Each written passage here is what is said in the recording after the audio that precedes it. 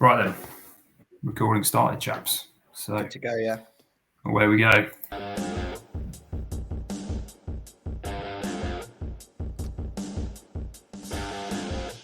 Welcome to the No Ifs, Buts and Bogies podcast. We are a no-nonsense, straight-talking podcast discussing all the hot topics in the world of golf. This podcast is brought to you in association with Barretto Golf, a stylish, affordable golf clothing branding. Visit BarrettoGolf.com for all the latest offers. That's BARRETO golf.com for all of the latest offers. This podcast is also brought to you on behalf of the Golfer Gang Network. Please do go check out some of the other podcasts.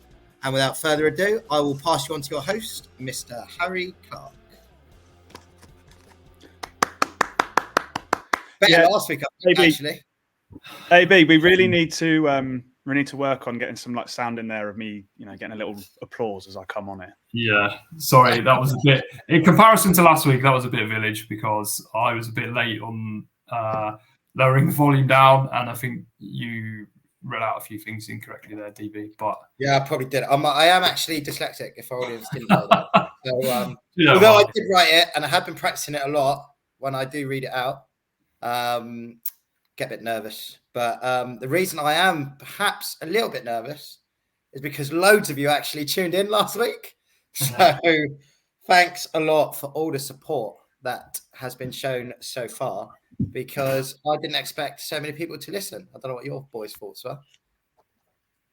No, mate, I agree. I mean, look, it's popped off after episode 1. We did it last week. Yeah. No, look, we are flying. Okay, we've done well. We did one podcast. We've dropped the episode. We did it in one take. We put it out to the world, and people have tuned in, and that's the name of the game, boy. So yeah, absolutely buzzing to be here for episode 2. So yeah, let's crack on. Just quickly, downloads on 3 continents was something that I did not expect. Yeah, we have had downloads in North America, Australasia, and Europe. So thanks to all of those guys for tuning in. Make sure you download. See if they come back for. Let's see if they come back for episode 2. That's the big sticking point, Yeah. Right. Let's kick off by talking about our weekends of golf, because we like to keep hot on the topics. And golf. What happened this weekend, AB? Yeah, so for me, mate, I had my usual Saturday morning round at Brampton Heath Golf Club. So early bird, we usually like to have a tee time somewhere between 7 and 7:30. So we're usually one of the first groups out. It was a lovely morning. Sun was out, but God, it was freezing. So still feels very wintry out there. So hopefully in the next few weeks it's going to warm up a bit. But yeah, luckily it wasn't raining. So had a really good round. Shot a PB at my new course. So it was still only a 93, but we're still finding our feet and working our way out around the place. So the good thing is I'm trending downwards, because when I played the first round there in February, I think February the 18th, it was 101, although I was slightly hungover that day because I had a stag do the day before. So that's my excuse on that day. But then I've gone 101, 97, 99, 99, 95, and then 93. So we're making the right moves. We're going in the right direction. And just looking forward to getting out there again. One thing I wanted to mention to you boys. Go on, mate. Yeah, go on. Yeah, so I was going to say one thing I wanted to mention is Brampton has got new robotic lawnmowers. So I don't know if you boys have seen this before, or you've got it at your clubs, but I'm going to share an image here. So we're trying out the graphics for the first time. So let's see how this works. But we've basically got these new GPS lawnmowers. I think there's 3 or 4 of them. There might be more, but basically the greenkeepers program them, and they go out at 2 a.m. in the morning and they trim the fairways and the first cut. So when you tee off on a Saturday morning, like I do at 7:30, I mean, the fairways were absolutely pristine. It was unbelievable. It was so much better than like not being cut or having been manually cut by, a ride-on mower or whatever. It was like someone had been around with a pair of scissors and trimmed the fairways. So yeah, hit more fairways from now on, and I'll be lowering those scores. Be interesting. So, do you know how many ground staff are there? I've got no idea, to be honest. We got an email about it, and I thought it was a bit of a wind-up. But then I saw them on Saturday because they're parked up during the day, right? So yeah, they're parked up on various holes, and then we had a chat with the pro shop afterwards, and he was asking what we thought about it, and we were like, "Mate, this is unreal," because the fairways were absolutely mint. Fair play. So, yeah. Shame you probably went on too many of them, but no. Do you know what? I'm going to get my stats up from Saturday because there's one thing I can do, and that's hit a fairway. So bear with me, because on Saturday I hit 8 out of 14, so not too bad.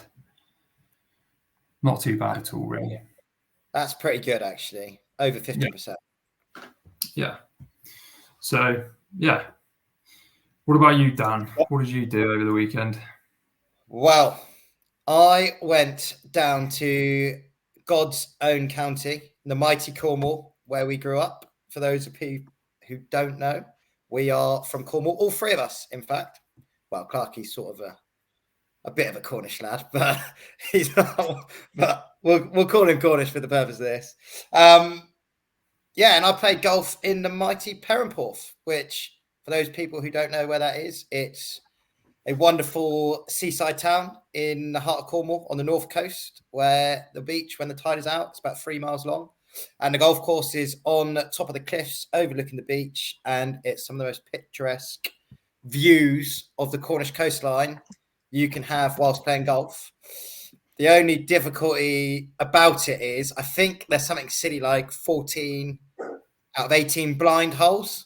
And even on some of your second shots, there's like blind greens. So if you don't know where you're going or you don't know what you're doing, it does prove to be quite a difficult course. So I'm usually very much against buying like the course booklet. So a lot of the courses these days have like a booklet which obviously documents the fairways and the greens and all that sort of stuff.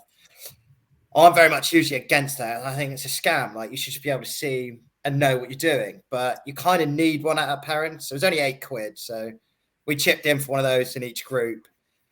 And I've got to say, if we didn't have it and someone didn't say, hit that way, I might not have been going down the right fairways, but we made it around there in the end. I shot 94, it's par 72, just 22 over. My playing handicap for the course was 19, so I think what's that, 3 over?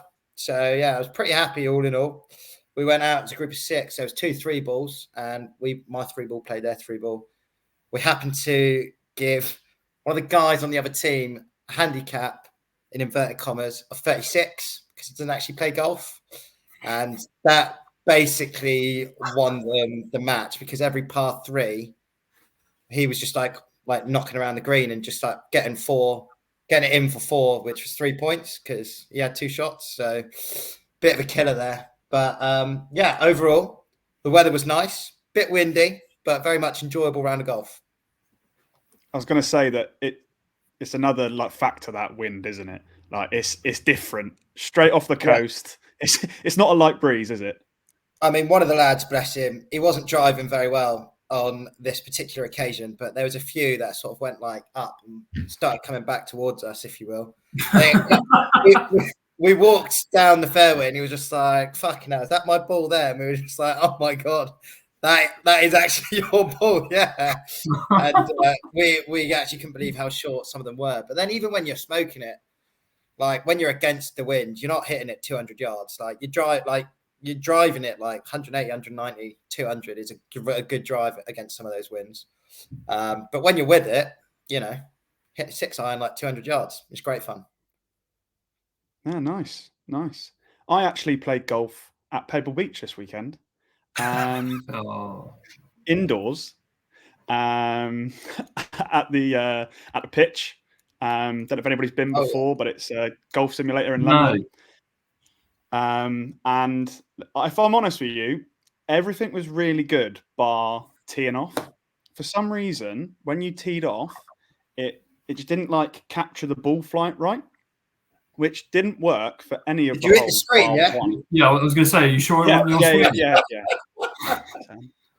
But one drive, I've absolutely. Well, I didn't even hit it like that well, but like I said, it's gone off absolutely miles.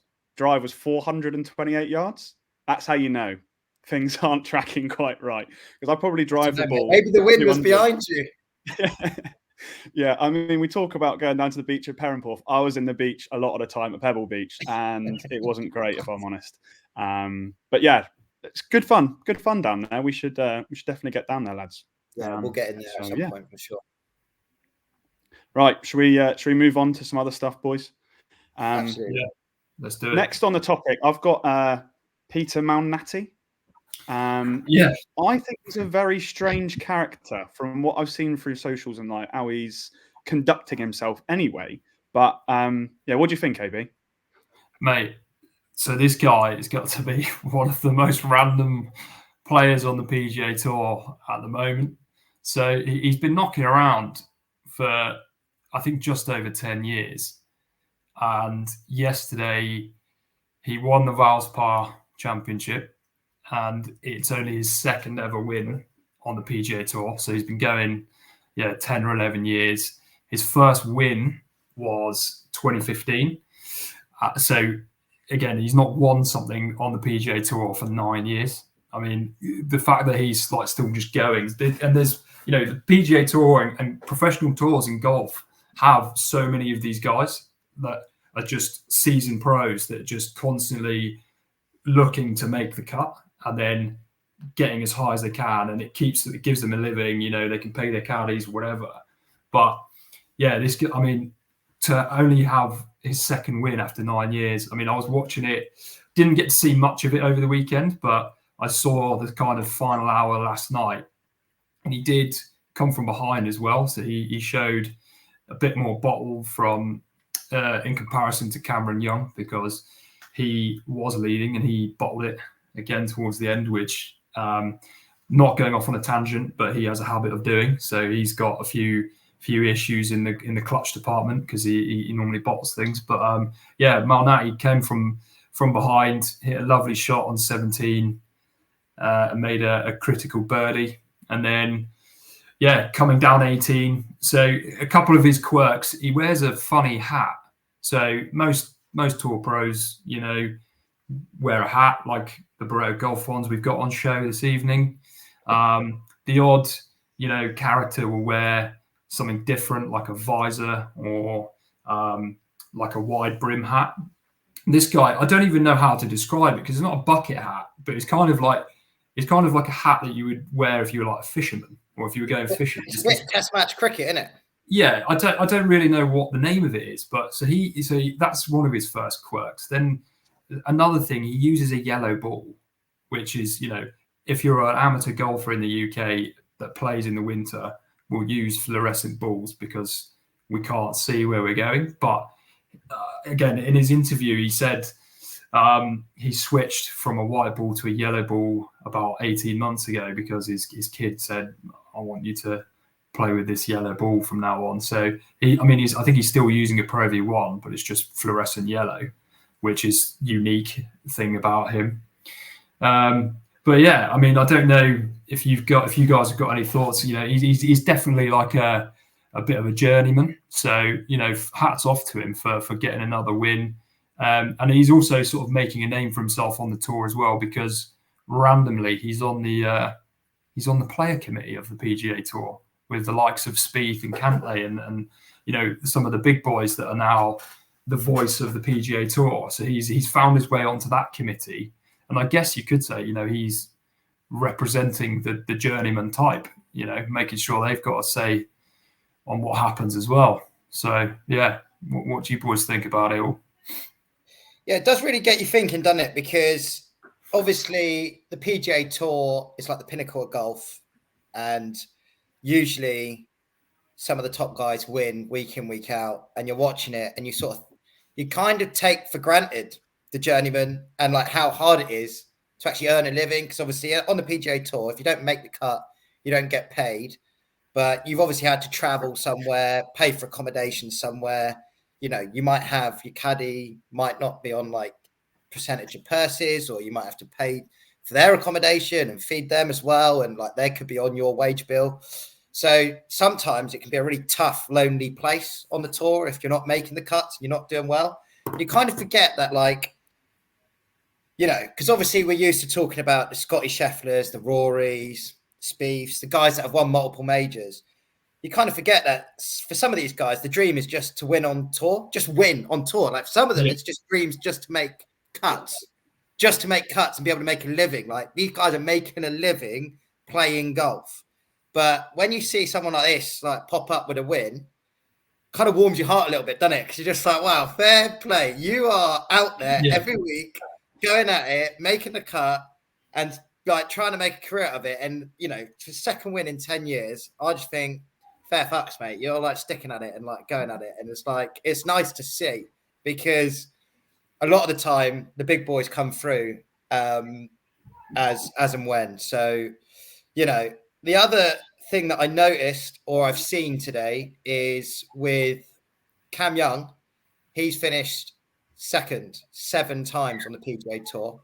Well, that's what I mean. Yeah, he, and a lot of those times he's been first, leading into the stretch, and then he's done something. So yeah, again, when I was watching on Sunday night, he went wayward on 18, and then you think, you know, he's completely bottled it. Yes, I believe it's broken a 40-year record for the most seconds without a win on the PGA Tour. So I'm not quite sure who held that record, but I'm pretty sure I saw on Instagram earlier. So poor guy. Maybe he needs to work on the mental aspect of his game. Listen to our podcast from last week and take some notes from Wyndham Clark. Yeah, I agree with you. I think he's definitely got some sort of issue.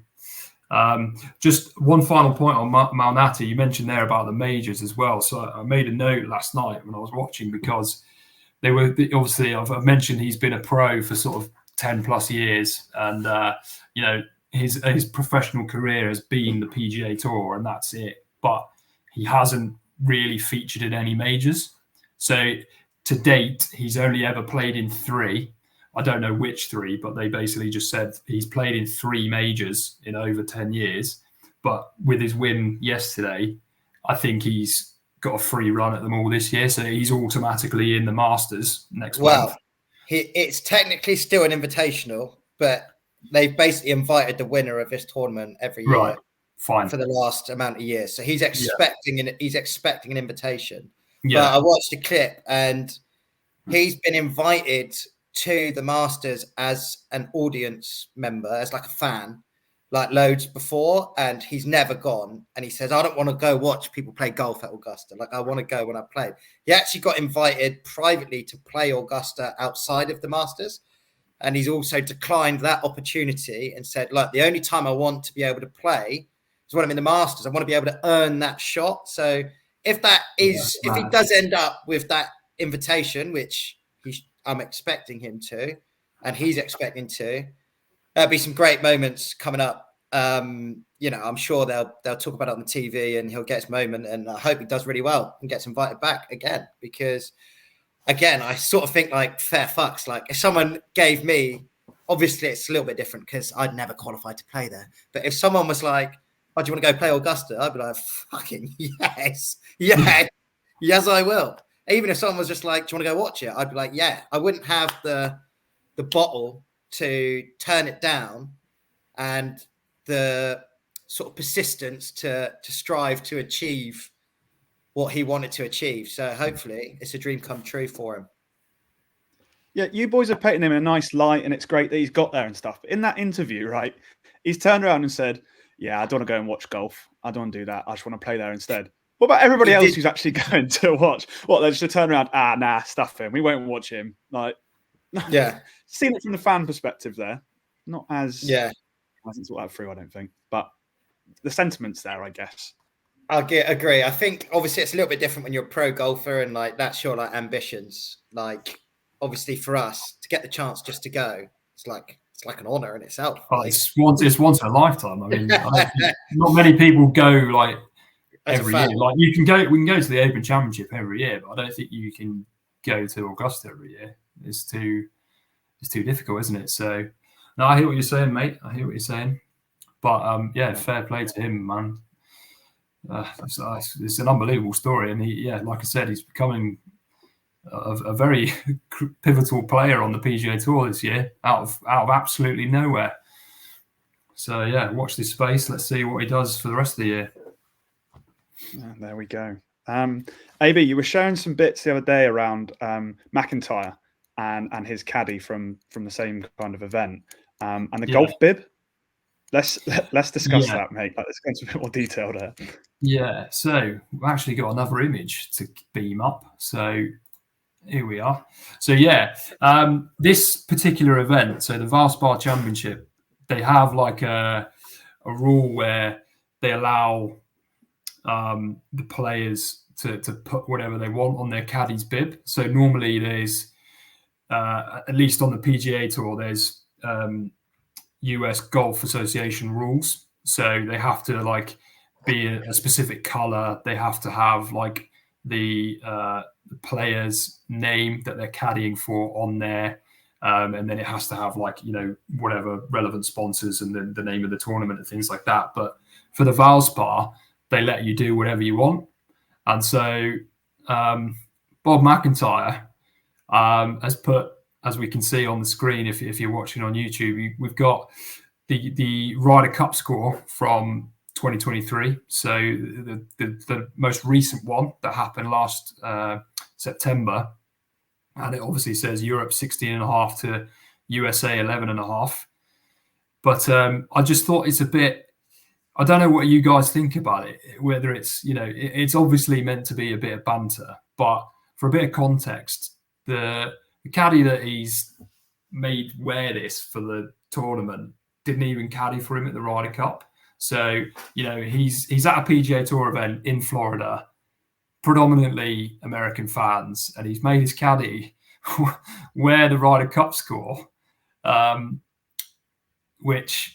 And then he didn't even really play that well either. So he was out early yesterday. I saw a bit of it in the afternoon, and part of the left-handers union. So I like to follow Bob. But I just don't know what you guys think about it. Whether it, it seemed a bit unnecessary to me, but yeah.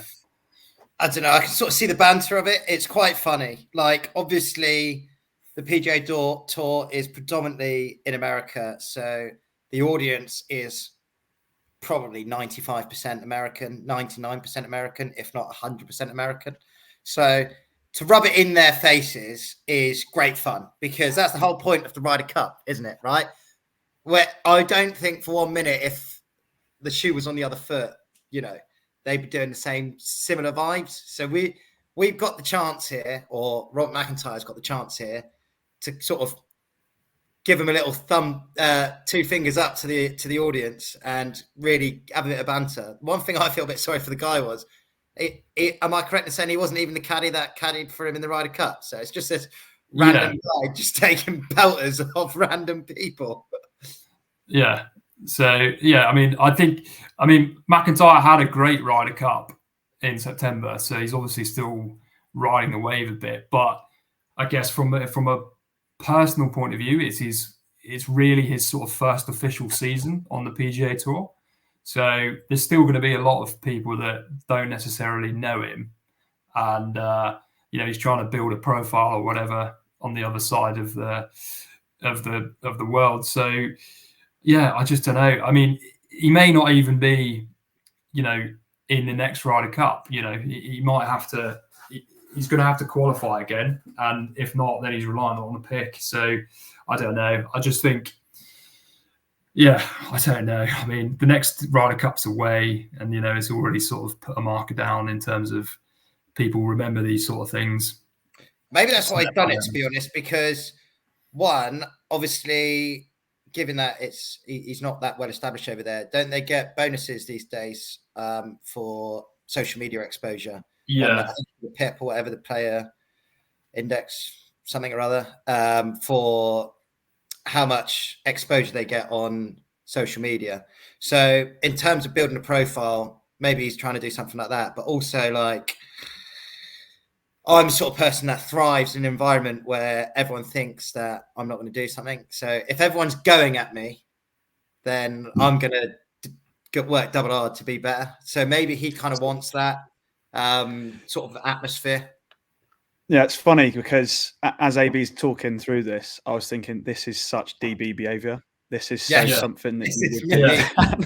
And the fact that you've come out, the first thing that you said was, yeah, it's a great bit of banter from him. Just, solidifies that, right? I think that I do think it's quite funny, to be fair. It's not something that I think I would do, but I think it is something I definitely laugh at.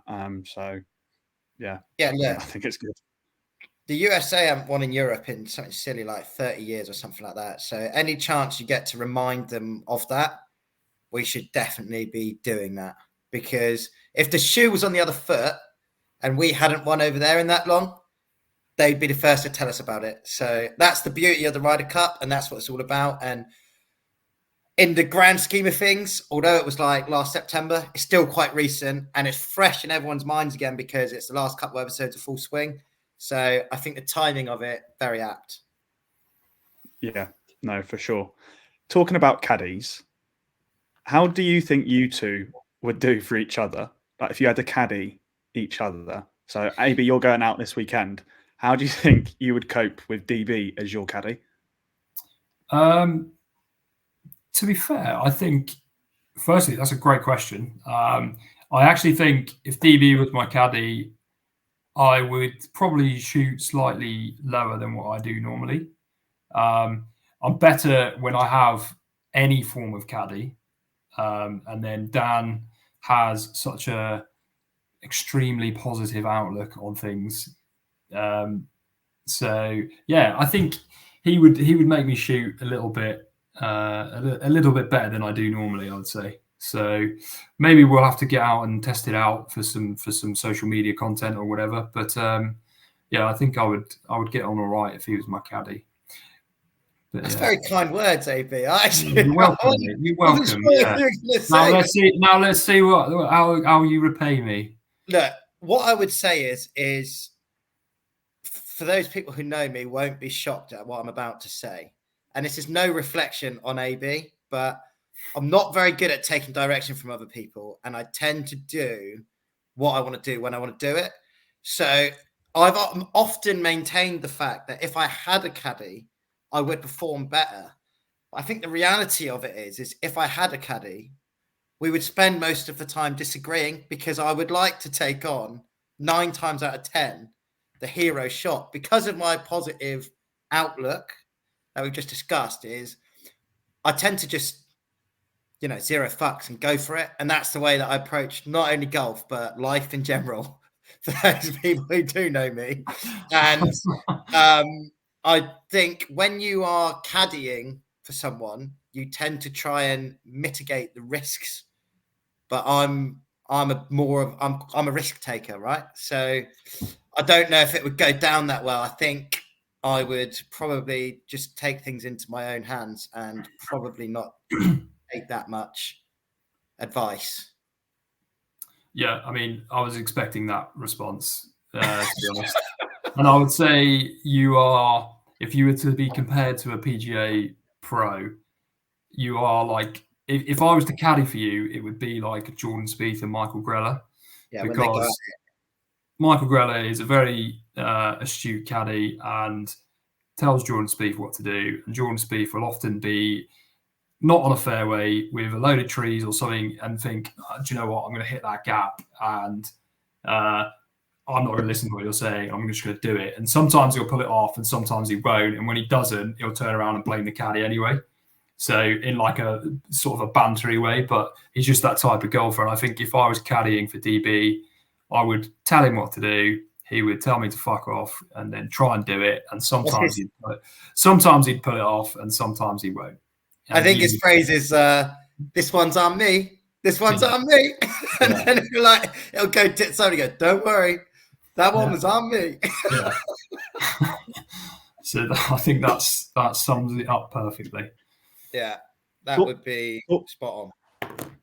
Talking of going for gaps, there's a certain someone, Max Homer, who has obviously tried to go for a little gap recently and didn't quite make it. DB, have you ever done anything like he did?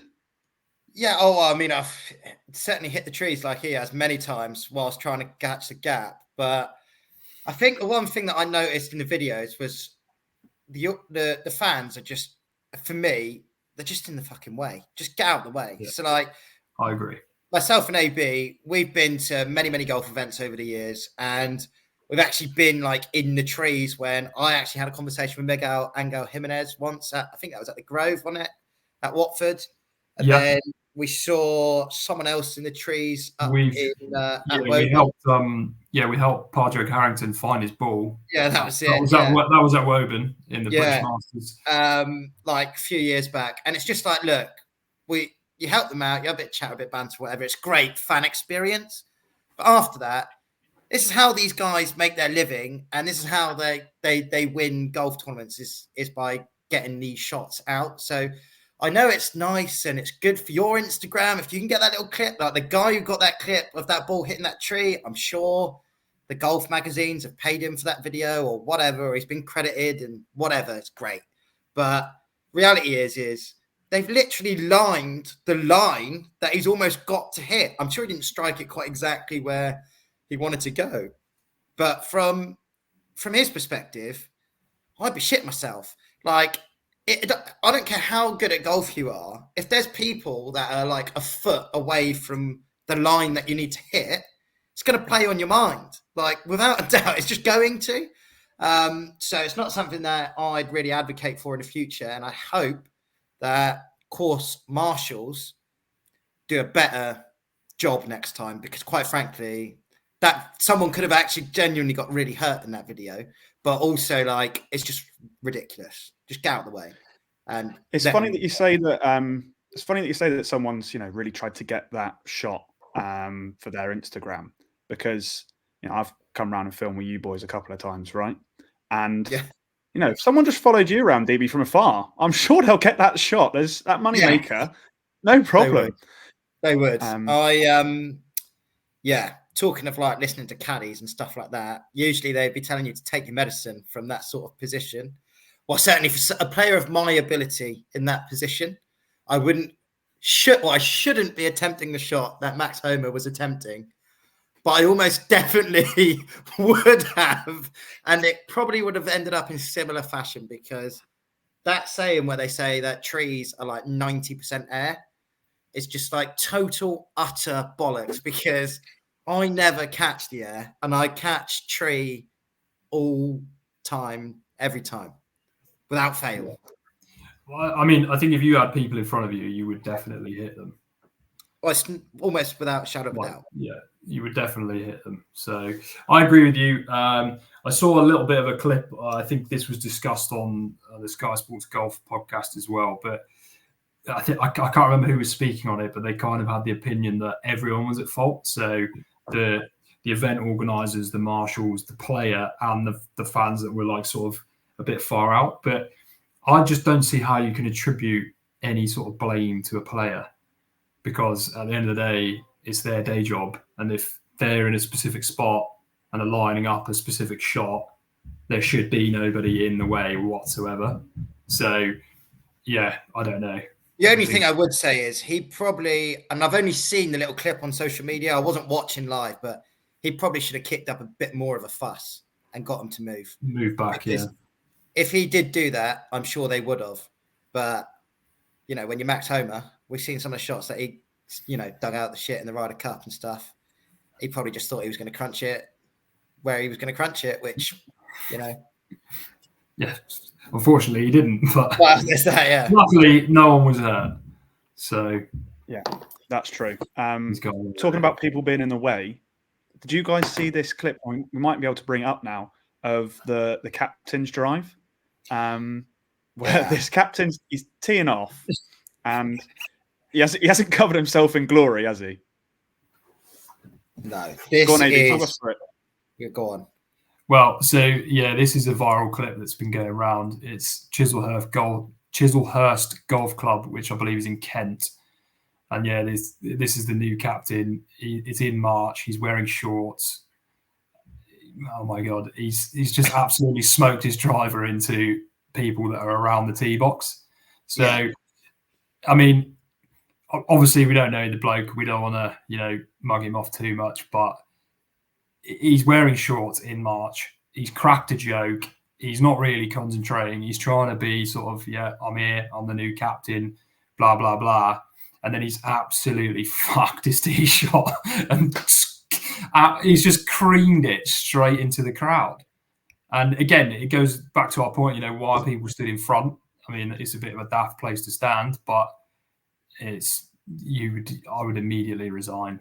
Look, in the element of safety, and I don't want to sound like, we're trying to suck the fun out of everything, but because I, to be honest with you, I fucking despise all that stuff, but we won't get into that. But we do a captain's drive-in at North Middlesex Golf Club on Captain's Weekend in the summer, which is usually, I think it's around August time. Can't remember quite when we do it, but it's a 2-day event. And on the Sunday evening, the captain does a drive-in on our 18th, which is over the lake and pointing to the clubhouse. Now, if you're an ex-captain, you are allowed to go up with the captain, and they do a little ceremony up there, which no one knows what goes on because you've got to be in the captain's club to find out what gets said.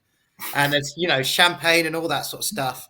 And they have a little toast and whatnot. It says, thanks for the years and all this sort of bollocks. Well, I'm guessing that's what he says anyway. I'm not there. I'm not a captain. But then everyone else is stood on the balcony in the clubhouse watching him hit it in. So if he hit the clubhouse, then someone would get hurt. But that's way too far. But we can all see what's going on. And it's a perfectly, we still experience the same captain's drive-in. We still all had the lovely moment. They had the little ceremony up on the tee box. No one got pinged by a golf ball. So I think take note, Chislehurst, and maybe have everyone behind the tee box next time, or have it in a more appropriate way, because this is just look how far that them people in the corner about 20 yards in front of it. 9 times out of 10, you'd like to think he'd hit it straight, but we've seen Garrett from Good, who's also a very good golfer, done something similar in one of their live events where he pinged an audience member that was in a similar thing. Just get out of the fucking way, guys. Look, everyone's there to watch golf. We all have a good time. We all want to enjoy the moment, but just don't stand somewhere fucking stupid. Just get out of the way. That's all. I don't think there's anything more that needs to be said. I agree, mate. Look, so I've loaded up the reverse angle here. So it doesn't get any better from this viewing. But what makes it funnier to us is that this guy holds his pose as if he's creamed it 300 yards down the fairway. So I'm going to push play. Have a look.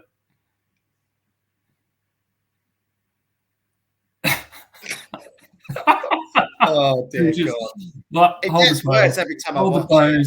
People are concerned for the person that's been hit, and he's still holding his pose, looking down the middle of the fairway, thinking it's gone 300 yards. I mean, you would just turn around, walk back into the clubhouse, and say, "Thank you very much. I resign as captain." Surely, I mean, you can't survive a year off that. It's going to get, when he finishes his year of captaincy, and I'm sure a lot of clubs do like an end of year dinner or something like that, his speech is going to go down in history for sure. It's just going to be absolute great banter. Yeah, I mean, he's definitely put himself in the headlines, probably not for the right reasons. Absolutely. Talking of headlines, Masters is coming up, right? And it is. That means we have the Masters dinner. Now, this is obviously very, very, very big. And John Rahm's going to be hosting it this year with his Spanish food on there. AB, what do you think about the menu? Oh, mate, I mean, I absolutely love a bit of tapas. So I'd be all over his menu because looks like he's made a very good selection. I mean, he's obviously Spanish, so he knows what he's doing in the tapas department. But yeah, I'd be all over that. I would absolutely love to be in there. I think it's a great tradition of golf, really. So it's something that, you know, amateurs, we all would love to be a part of, to be in the champions dinner. I know that it's traditional, at least after your sort of first time as champions, to pick something from or a theme from where you're from. So I think he's done the right thing there, going with the Spanish theme, and I would absolutely love to see it. I mean, I always get a lot of food envy when they publish the menus. So yeah, absolutely love it. I've obviously sent you two a message today and said, what would you recreate? What would be your, you know, menu if you were to host it? If you were to be so glorious in winning the Masters, what would be your menu? I think we can go through this. Yeah. I think we go through this. Let's start off. Let's do one and then the other. Let's go down the menu one by one, and we can kind of compare. Obviously, you two don't know what either of you have put. I obviously do. So this is going to be quite funny revealing these. But DB, do you want to kick off, mate? Yeah, what we'll do afterwards as well is we'll get the menus up on Instagram, and you guys can vote for whose is better, and we'll then do it up against Jon Rahm's as well, because I actually think Jon Rahm's one of the best I've seen over the years. I agree with that. Yeah, I agree with that. He's very fortunate to be Spanish, and tapas is just unreal. It's one of my favourite cuisines. So fair play, Jon Rahm.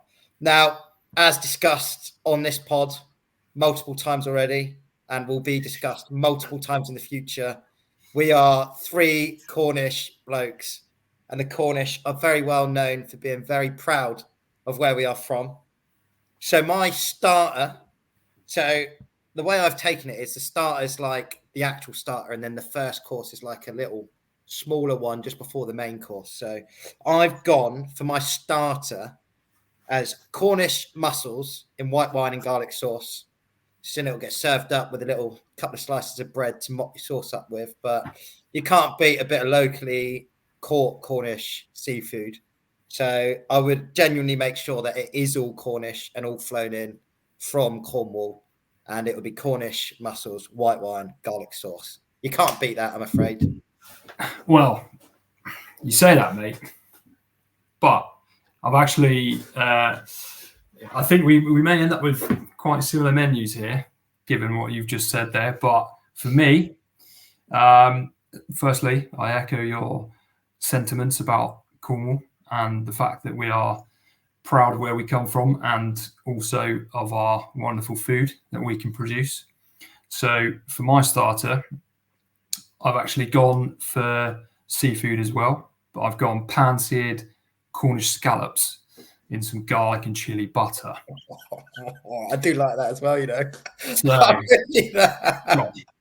we're on a similar line here. So yeah. Firstly, Clarky, what do you think about those two as an opening to a Masters dinner? Yeah, I mean, it's a great start. I like the sound of both. My question is are you guys thinking about other people here, or are you boys thinking about yourselves? Like, you going, well, this is what I'm having. Yeah, there is. Yeah. So I will throw a massive caveat out there. And to be honest with you, I'm not quite too sure what the feeling of the meeting is amongst past Masters champions, but DB don't do vegetarian. So if you're a vegetarian and a past champion, you can go hungry. As far as I'm concerned, because this is my menu and this is what I'm going to eat. So I agree, mate. When you're champion, you can do what you want. Exactly. So everyone has to fall in line. That's how it works at Augusta. So go on. In terms of voting, for me, I think it's AB 1-0. But that's my opinion. Look, you still got time. There's still more courses to go. So first course. What's up, DB? Right. So traditionally a mussels starter is quite a big dish. Now, obviously, this is a 4-course menu. So I've gone for what, in my head, my perception is a slightly smaller dish here. So I've gone for a miniature Cornish crab sandwich. It's just like a little something it's just going to like tick you over from your mussels to your main course. It's not a big one, probably just one little triangle like that, just with a bit of Cornish crab in it. Just tick you over. It's not supposed to fill you up, just a little one, Mate, this is hard going second because it looks like I'm copying you here, but I've actually gone for my first course because I guess where you've got a big portion of mussels for your starter, scallops you only get 2 or 3 usually. So after my scallops, I'm going for some lovely crab linguine, probably with a bit of chili and lime in there as well. So I love me pasta, love me some crab. So my first course would be your Cornish crab linguine. Yeah. So obviously you've both gone crab. We're going quite similar. I'm not the biggest fan of crab. Cornish crab is up there with the best in the world. Oh, mate. Best in the world. Unbelievable. Yeah. I'm pretty sure, I can't remember who it was. Someone I know went to like Singapore once and all the seafood on the menu in Singapore was Cornish. That's how big we are, mate. Okay. All right. Just because I don't want this first course to kind of detract from what the main course is. I think I'll probably go with DB because you included the word miniature at the start of your sandwich. So we'll give that a 1-1. That brings us on nicely to the main course, right? Right. But there's only one correct. I think the main course is going to be a draw. So we've got there's only one correct answer. But when designing my menu, I did make it known that they needed to be handmade because I want them hand crimped. None of this machine stuff. I want someone to stand there and do it themselves. So for my main course, I am going to have handmade Cornish pasties. On its own, no salad, no trimmings, no nothing. The only correct way to have a pasty, boom, on the plate. I agree. That's exactly what I put.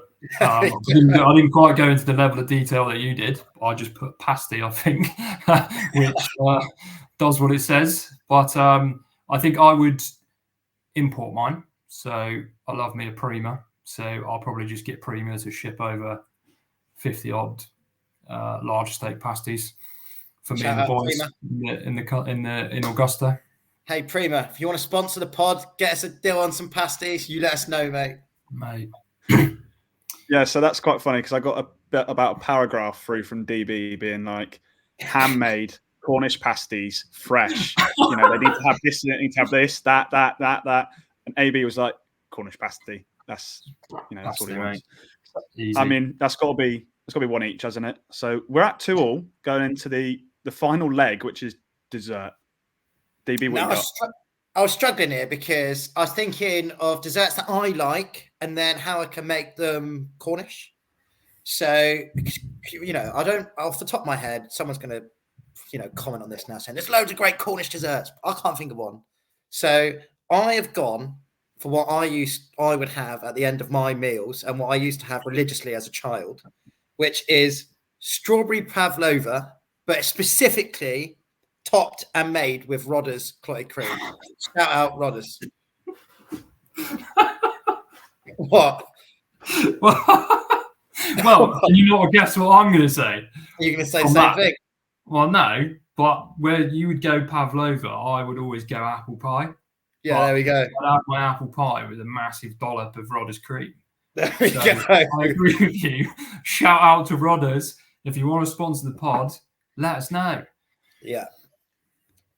So we're a golf podcast going after Cornish, mate.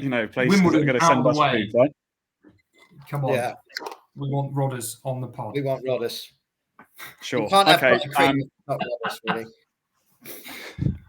I'm gonna wrap this up with an AB win. That is because I'm an apple pie fan as well. I'm an apple crumble person, but an apple pie is closer than a pavlova. So that's 3-2. AB, well done. Your menu Just is quickly, AB, did you put a drinks menu together? I have done, mate. Yeah. Because I've got a feeling we've got a few more sponsorship call-outs coming. Come on. Well, I've gone for Skinner's Ale or Lager, or a Camel Valley wine pairing taster menu. Yeah. Shout out to Skinner's and Camel Valley. No, mine actually. Here we are. I've gone Rattlers and Doombar. Fair play. What more do you want? Yeah. Double. We got some seafood. We got a pasta dish. We got double pastry, and we got everyone getting steaming on Rattler. I mean, no one would be making the first tee on Thursday morning at the Masters if I serve that up. Absolutely. But we'd have a laugh. Now, if there's a slight chance that you listen to this podcast and you are not from Cornwall, do go try all of these wonderful things because they are actually amazing. So shout out to all of those businesses, and we are proud that you are Cornish, and we love you. And we love you. Yeah. Nice. Right, finishing off, let's just mention some golf. We're all out this Easter weekend. We're all going to be out, getting a round in. What are you boys going to shoot? Well, I'm playing in the Easter extravaganza at Truro Golf Club. So I'm actually in, I think there's 4 of us in the team and it's 2 scores count. So what would that be? If it's Stableford, we probably want to shoot 72. So I'll say we'll get 80 points. Okay, nice. AB? Fair. Yes, mate. I'm on the trail of breaking 90 at my new club. So I shall be attempting to do that. Like I said at the beginning of the pod, I'm trending downwards. So Saturday could be the day. So watch this space and I shall report back. Nice. And I'll be doing an Easter activity, technically. Instead of doing an egg hunt, I'll be doing a ball hunt, going in and out of the rough, trying to find my ball at Birchwood. Yeah. So I'll try and break 100 and that's that, Good. Brilliant. Anyway, thanks to everyone for listening. And we'll catch you. Not made it to the end of that one. Anyway, let me finish up. Thanks to everyone for listening. The next one will be out obviously next week. If you guys want to put anything forward for us to listen to, then make sure to reach out to us on our socials. We've got obviously Bretto Golf, and also reach out to us on No Ifs, Putts or Bogeys Instagram as well. Thanks all for listening, and we'll catch you in the next one. Cheers, boys. All the best.